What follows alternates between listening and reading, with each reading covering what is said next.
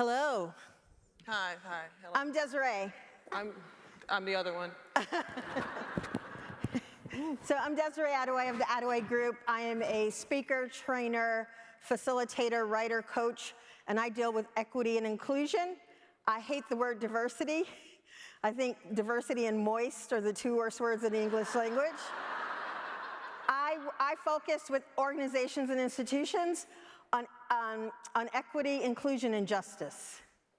Because it's ultimately about what is it going to take to get us free. And that's where my focus is.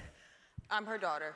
I am a copywriter at Wieden+Kennedy, normally based out of Portland, but I'm in the London office for a while. Hey, where are y'all? Wave. Hey, y'all. Hey. We're here to talk about each other. So, if you want to hit the first slide. Is it working? Okay, yep, there you go. Yeah, so we're going to go through 10 lessons. 11. 11 greedy. that I've taught my daughter on how to actually be a black woman and navigate predominantly all white male spaces, and how she's used that in her job working in advertising. Okay. There we go. So, almost 29 years ago this month. 29 in 2 weeks, y'all. 29 years ago this month, a 25-year-old gave birth to a daughter who was wild and free and had to figure out, in this world of white supremacy and the patriarchy, how do I keep her wild and free and safe? How do I let her really grow into the person that she wants to be, not who I want her to be or who society wants her to be? And that's really been my focus as her mom. And I've spent the past 29 years really hopefully, giving her advice that will keep her safe, but also have her really push the limits to her creativity and to help her find her voice. Anything you want to say about that picture? No. She's given me a lot of advice, whether or not I've wanted it or not. And this is what you're gonna get. It's in no particular order of like importance. It's just what it's just what I thought about while making this presentation.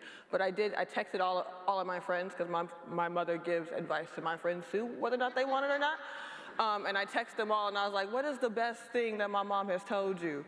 And everyone said this very first one. Do not accept a bullshit salary.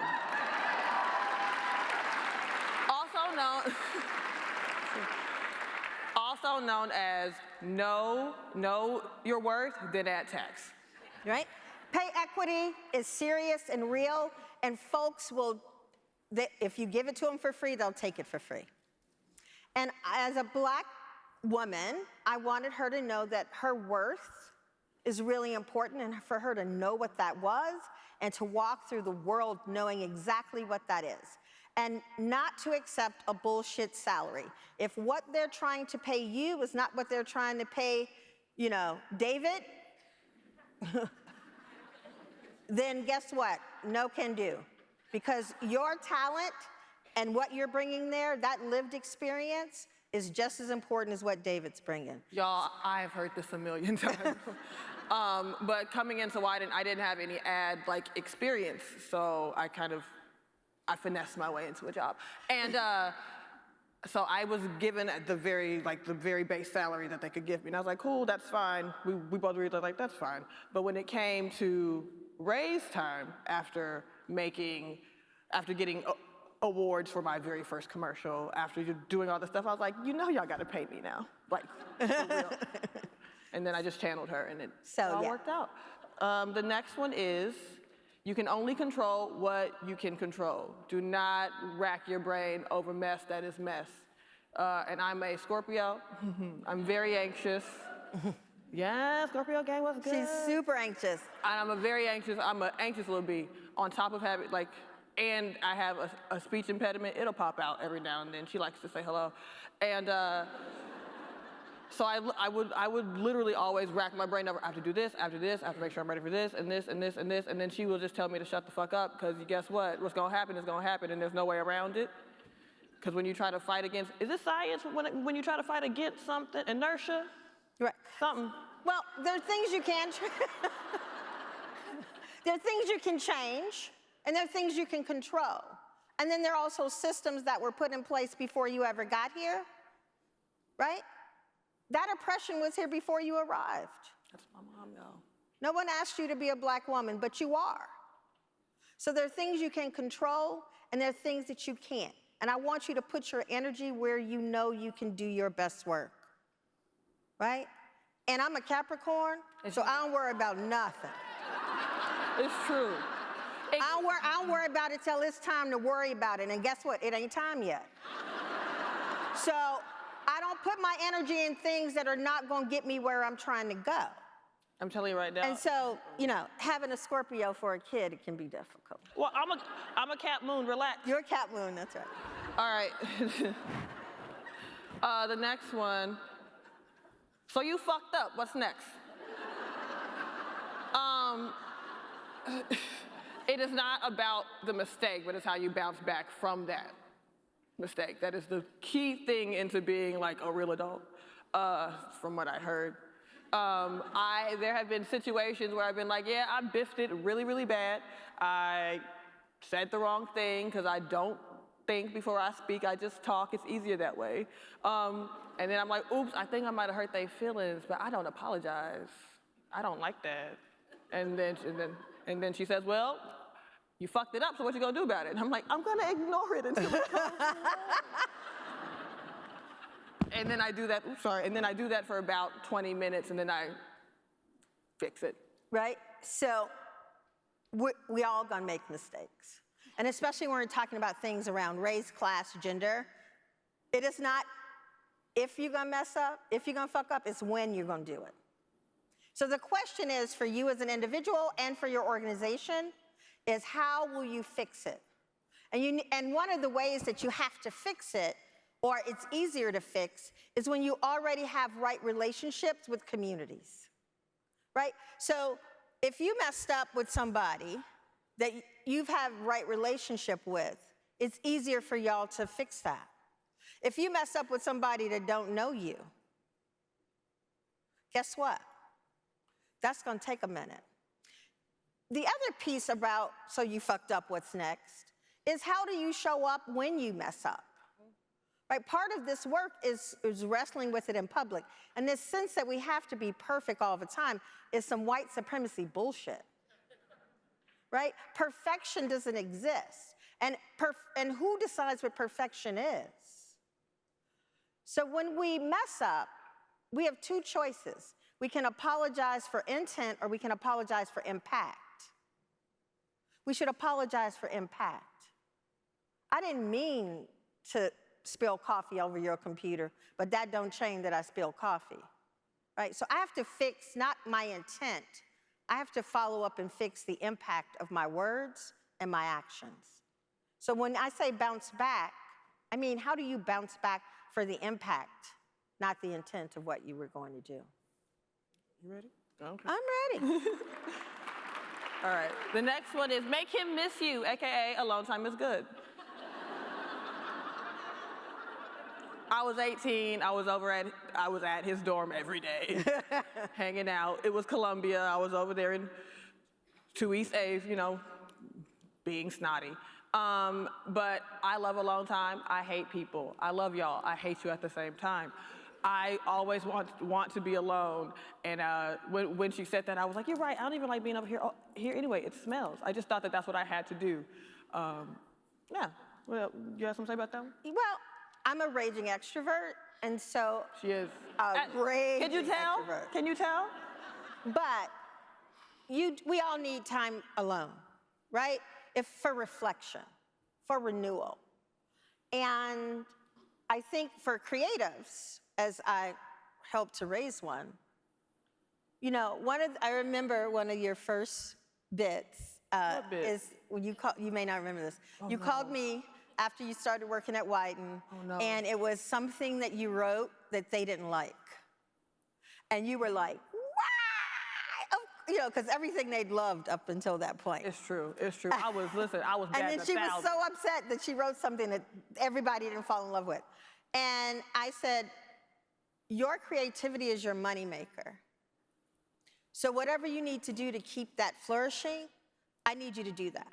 I need you to rest. I need you to have time alone. I need you to go see art. I need you to go dance. Whatever those things are that keep you creative and flowing, those are not non-negotiables in your life. Those are essential, and you have to make room for them. And if that means making him miss you so you can make room for that, then that's what you got to do. Also, I'm not with him no more, so it don't matter. Yeah, it don't matter. Next one is never stop evolving. This was the one that she wanted to put in here. Because this is the reality. If we don't evolve, we decline. And what happens after you decline? You die. Oh, jinx. And the only way you stay relevant is to evolve. So when I talk to organizations around equity and inclusion and doing this justice work, I'm like, you don't have to change, old white man. We want you to die. I mean, I'm like, stay just...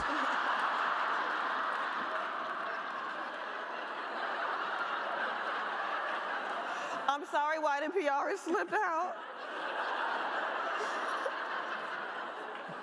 I'm like, you do not have to change, old white man. Stay just the way you are. And die. Because guess what's gonna happen? You'll die. In 10 years, you will be irrelevant. Or dead. Next slide. Next slide. No, wait a minute. Go back. I'm not done. Oh, sorry. There are lessons here, right? Murder. We evolve or we die. We continue to grow or we die. We become irrelevant leaders if we don't have our leadership evolving. So I'm like, you don't have to change. You don't want to change your company. You don't want to change anything. Feel free and stay just the way you are. And die. And die. I do not fight. I do not argue. I do not give my life force to folks that don't want to change, that don't want to continue to grow. It's not where I put my energy. So I just say this to all of y'all. Y'all don't have to change, but you won't be here in 5 years, or you will be irrelevant. You will be forgotten. Yo, that sounded like a great monologue from Housewives where you just read somebody to film. I've never seen Housewives. So my kid does all this pop culture stuff, and I hate pop culture. All right, so this one is mine. You can This hush. is yours. Hush. So she also taught me 3 things. Eat good, drink gin, Hendrix with some tonic water and some cucumber, all right? Yes. Or Hennessy, but she don't do that. And sing Will Smith really loud in the car. I don't sing Will Smith, but she did. She had Wild Wild West.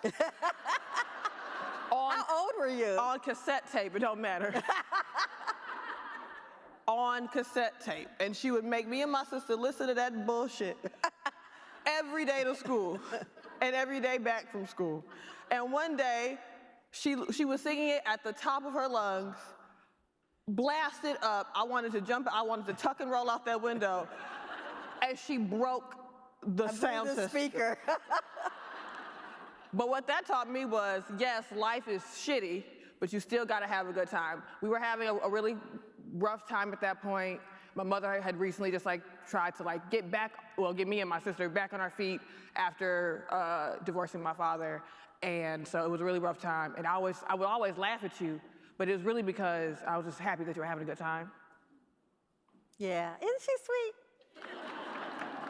All right, next slide, I'm gonna cry. No, wait a minute. So Stop it. No.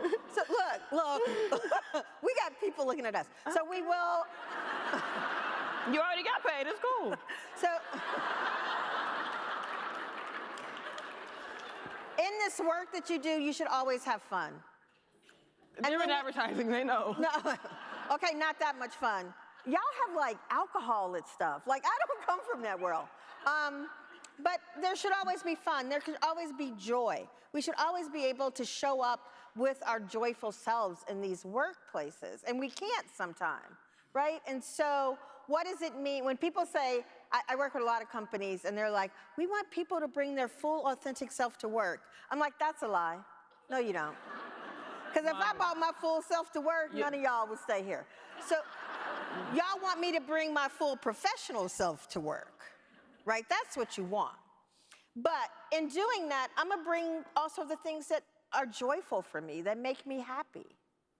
And I think we can make space for that. And that may mean singing Will Smith. No, say Wild Wild West. Not really just loud in a car. She also had Millennium on CD, y'all. And Miami is also one of her favorite songs. She's actually Will Smith's biggest fan. And I pray he sees this so he can adopt me. All right, next one. Closed mouths don't get fed, AKA, if you tell them being the powers that be, what you need, they can't say that they didn't know. That's right. Like I said, when I was like, hey, I need a raise, and they're like, we'll figure it out. I'm like, okay, but now you know. So this is it, right? If I don't say it, you can't read my mind. Nope. In any relationship. So we have to be willing to have the difficult conversation. We have to be willing to say the thing, and we have to know what our line in the sand is. Because once I tell you what I want, if you tell me you can't meet it, then I got some choices. Mm-hmm.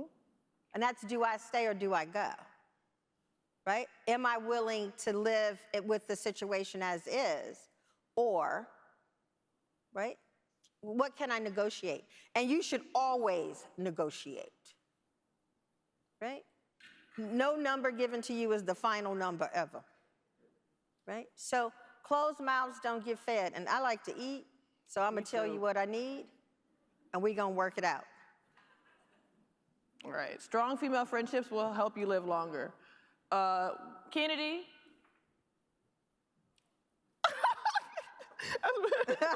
That's my cousin, and that's my friend Keita. And I have a long line of very strong female friendships in my life. Also, my family's all women besides my dog. Mom, grandma, aunt. My aunt had 2 girls. My mother had 2 girls. My grandmother had 2 girls.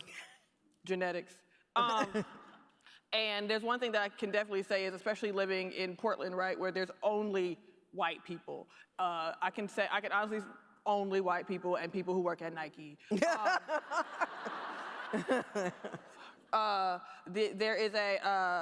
There is a need and a real desperation to find people like you and to find your people. And I can definitely say that being in Portland, I wouldn't have been there as long as I have been, 6 years, if I hadn't found my strong group of female friends specifically. But then also I have 2 best friends who wanted to be here but couldn't be here. We go on vacation every quarter. My mother hates it because I'm always spending my money. But I need it, because going back to doing things that make me feel good, going out with my friend to some random city and watching them make out with strange men in clubs is fun. You know what I mean? You know what I mean? Work hard, play hard, but at every session there'll be a cry session. Just I miss you so much, I love you, I want you. And that came from seeing her and her best friend, Pam Slim, who's probably watching the stream right now. Hey, Pam. Yeah. And just watching that really helped dictate kind of how I move through making friends, because making friends is hard when you're not 6 years old and you're not I like your shoes. Actually, I say that to people, not make friends with them anyway. But you have a pink backpack. I have a big pink backpack. Let's be friends. And then you turn 25 and you're like, oh, wait, I got to talk to you in order to meet you. And it's really difficult. And so finding those people is really important. Can I just say something about that, please, if that's okay? Thank you. Having strong relationships and being in right relationships with people are really important. And for me, it has been women, right? It has been a group of amazingly strong women that have guided me, that have given me advice. When I started my business 10 years ago, it was all women who were like, yeah, I can give you law advice. I can give you, tax advice. I can help you get your website up. Oh, let me introduce you to these 20 people. There's always the saying, have a friend that can cook, do hair, and one that has a car. Yeah. That's basically what that is. And have women friends that are attorneys and can write and can edit and can help introduce you to other folks who can really network.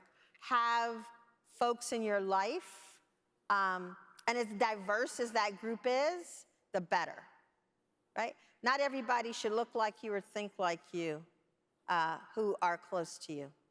You can make space for folks. You ready? Yeah. Okay. The best kind of activism is being 100% yourself. So, like she said, if people knew the real her in workspaces, they would run away. I came in busting through Wieden like the Kool-Aid man. I'm 5'11". I have Wonder Woman tattooed on me. I got Storm tattooed on my thigh. There's a point where I cosplayed for a long time and was very good at it. You can find me on the internet. And everyone was just so shocked that they were like, wait, she seems so cool. And I'm just like, I'm not. Because when they see me, that people expected me to be this streetwear, sneaker, like rolling neck. I do all these things. I like all these things. But when I come in and I can like run off like Rain Man comic book issues of X-Men, or, oh, that's hear like 5 seconds of some random song and be like, oh, that song came out in 1965 and it was produced by this person and they wrote it and that person was sitting down on the floor when it all happened. Like, I'm very much in tune to all of that weird, very specific stuff.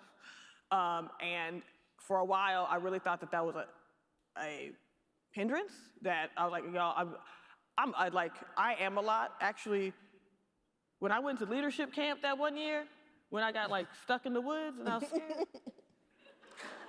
She knows what I'm talking about, it's fine. A man, Gary, looked at me because I didn't talk the entire talk, like the entire exercise. I was the only black girl, a bunch of corn-fed kids from northern Illinois. And they were all in like 4-H, it was scary, they had pigs. They had it was weird. But Gary looked at me and said, you're the only black person here, you're one of 2 girls here, and you're 5'11". Like, people gonna look at you anyway. Might as well have something to fucking say. That's right. And he yelled at me. Now, this is coming from like an old white man Vietnam vet. And I was like, yes, sir, I will listen. All right, I heard you loud and clear. And literally from that point on, and then with her putting like a battery in my back, that's literally all I can be. Everyone at Wieden knows. I'm like, girl, fuck that, fuck him, fuck that. That's dumb, that's stupid. We have to be ourselves. I am rude. We have to be ourselves. And I tell people, and that's part of finding your voice. And all the systems in place for you not to find your voice. Those systems are put in place intentionally for you not to have a voice.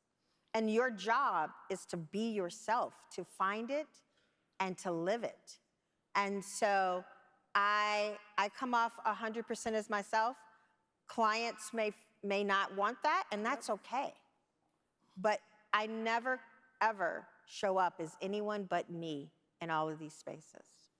And that has been the clearest way that I've been able to find my voice and be able to do my work with meaning and purpose.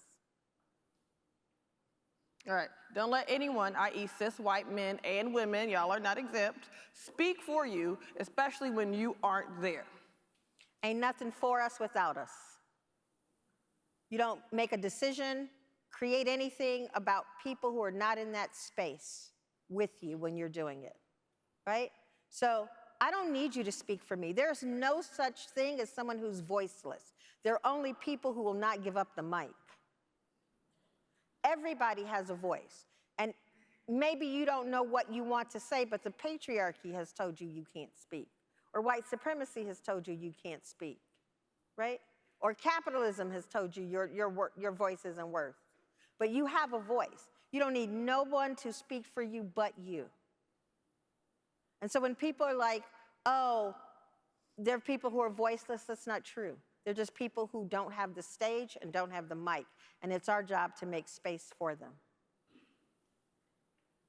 All right, and the last one, never do anything you're good at for free. Please see slide 1.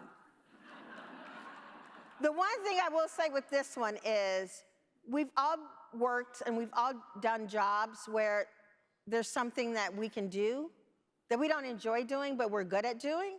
Be careful of that, because people will have you doing that for the rest of your life, right? There are lots of things that I can do well. I don't want to do them every day, right? So be mindful of what you want to do and how you want to do it. It is not just that you do the work, but it's how you do the work that matters as well, right? And don't do anything for free. You can give lots away for free. That is of your choosing. I do lots of education for free. I do gobs of training for free. I let lots of people in my classes for free. But what I do not do is reduce my price, because I know my worth. Go back to number one, right? That's the last slide, y'all. We got like 4 minutes. So Hit our line, hit us up. this is where you can find us. And thank y'all for having us.